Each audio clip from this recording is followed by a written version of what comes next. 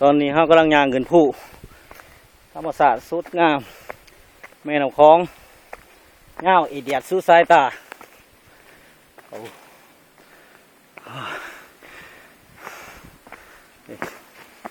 เอาทางนี้เห็นไหมวิดีโอนะ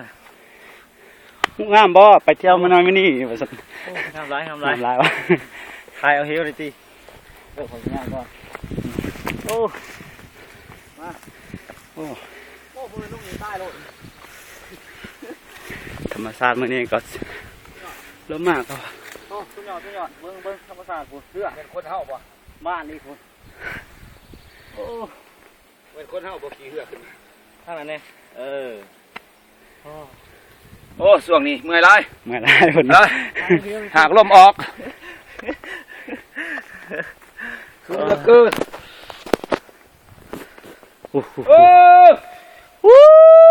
เลยไปซาเห็นบทตาดฝั่งนั้นเขาเห็นแป๊บๆอยู่ตาดยี่หอมผู้ฝั่งนั้น